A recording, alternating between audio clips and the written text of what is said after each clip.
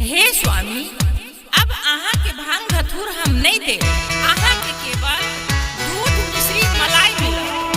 आहा नहीं मानब तो हम नहीं हटे। आहा खातिर भांग पिसत पिसत हम थाक गेल। हे गौरा रानी, भांग के स्वाद हमरा चित्त से जाइए न रहल है।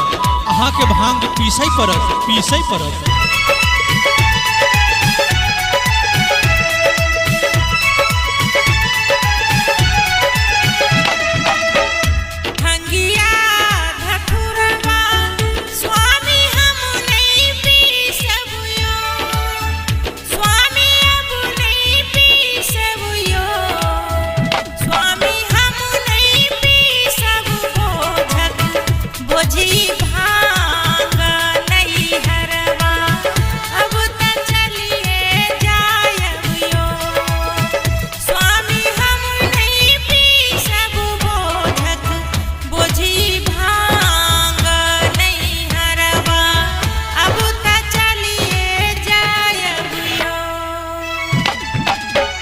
भंगिया के स्वाद हमरा मन से न जाइए हे, गौरा रानी मन से न जाइए हे।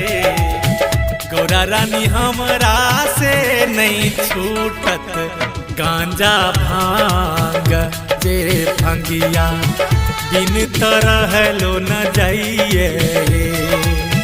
गौरा रानी हमरा से नहीं छूटत गांजा भांग जे भंगिया बिन तरह लो न जाइए हे।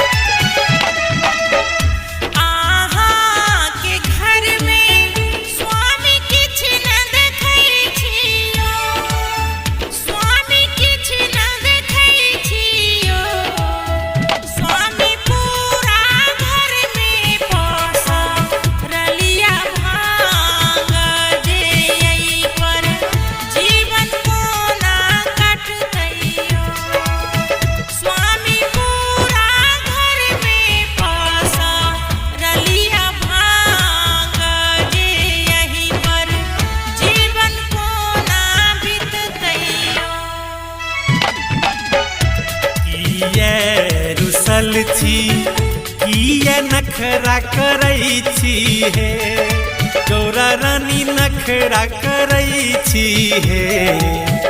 गौरा नहीं हर जाओ यार एही ठाम जे भंगिया तोहरा पिसई के पड़त हे। गौरा नहीं हर जाओ यार एही ठाम जे भंगिया तोहरा पिसई के पड़त हे।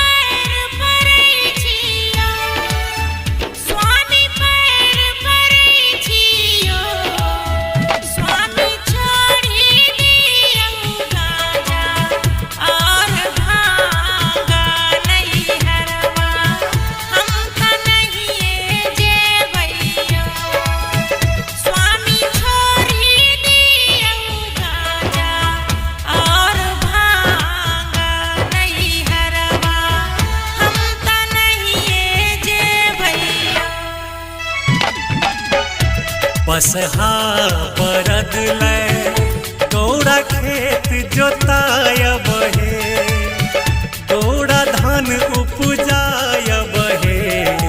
गौरा रानी तोहरा खातिर छोड़ब गांजा भांग नहीं हरवा तोहरा जाए न देबहे गौरा रानी तोरा खातिर छोड़ब गांजा भांग नहीं हरवा तोरा जाए न देबहे।